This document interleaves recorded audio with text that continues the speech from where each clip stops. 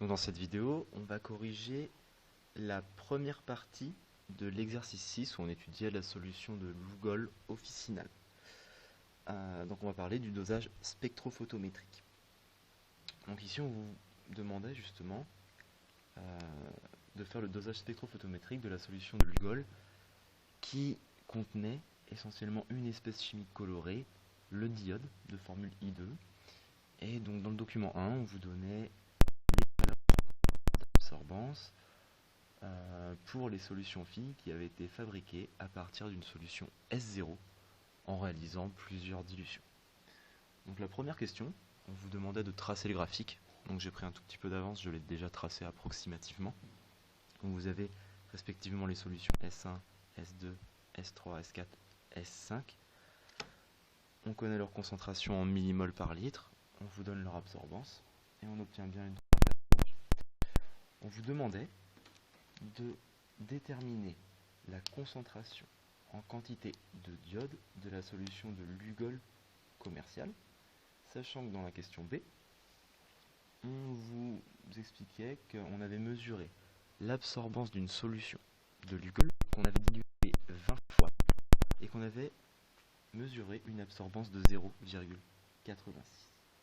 Donc si vous faites la lecture graphique pour une absorbance de 0,86, donc ici on est à peu près à 0,9, 0,86 on va être à peu près entre les deux. Donc bien sûr vous devez le faire à la règle. Vous voyez, on descend comme ça, et vous voyez que je tombe à peu près sur une concentration de 1,75 millimoles par litre. Donc ça, c'est la concentration de la solution de Lugol qui a été diluée 20 fois. Pour connaître la concentration en diode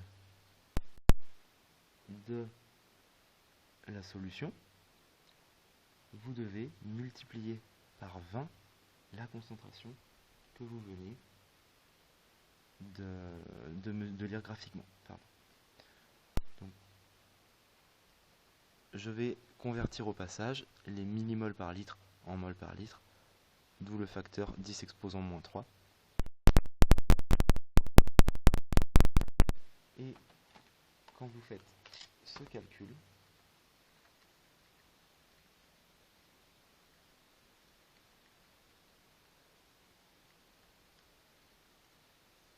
vous tombez sur le résultat de 3,5 10 exposant moins 2 mol par litre.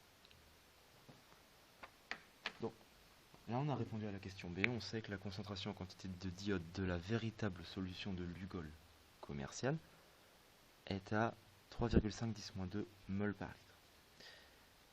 Donc, dans la question suivante, on vous demandait d'exprimer puis de calculer la quantité de diode présent dans 10 ml de la solution dont on vient de déterminer la concentration. Donc pour ça, vous connaissez la formule qui relie la quantité de matière avec la concentration en I2. D'accord ? Donc on va utiliser cette formule-là. On vous demande la quantité présente dans un échantillon de 10 ml. Donc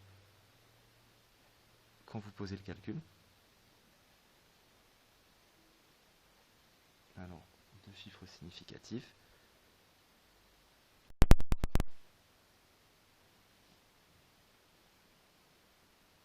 et vous tombez sur une quantité de 3,5 10 exposant moins 4 mol. Donc on a la quantité de matière dans 10 ml de la solution de Lugol. Dans la dernière question de cette partie, on va chercher à connaître la masse de diode présente cette fois-ci dans 100 ml de la solution de Lugol. Donc nous on connaît la relation qui va relier la quantité de matière à la masse, qui est la suivante. Quantité de matière fois masse molaire atomique est égale à la masse. Sauf que ici, dans la question C, nous avons calculé la quantité de matière présente dans 10 ml. Dans la question D, on vous demande la quantité de matière présente dans 100 ml.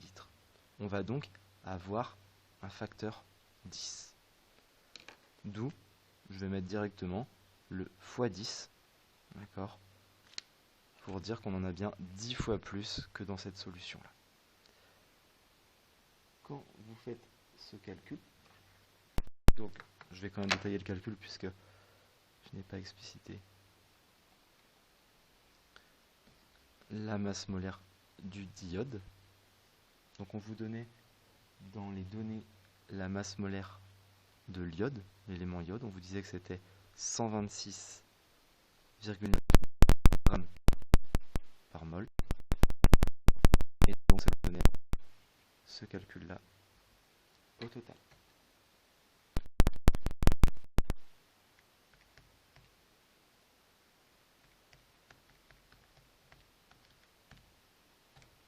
Vous tombiez sur la valeur de 0,89 grammes. Donc là, on a, grâce au dosage spectrophotométrique, déterminé la quantité de diode que l'on a dans 100 ml d'une solution de Lugol officinal. On comparera ce résultat à la fin de la deuxième partie pour voir si c'est bien conforme à l'étiquette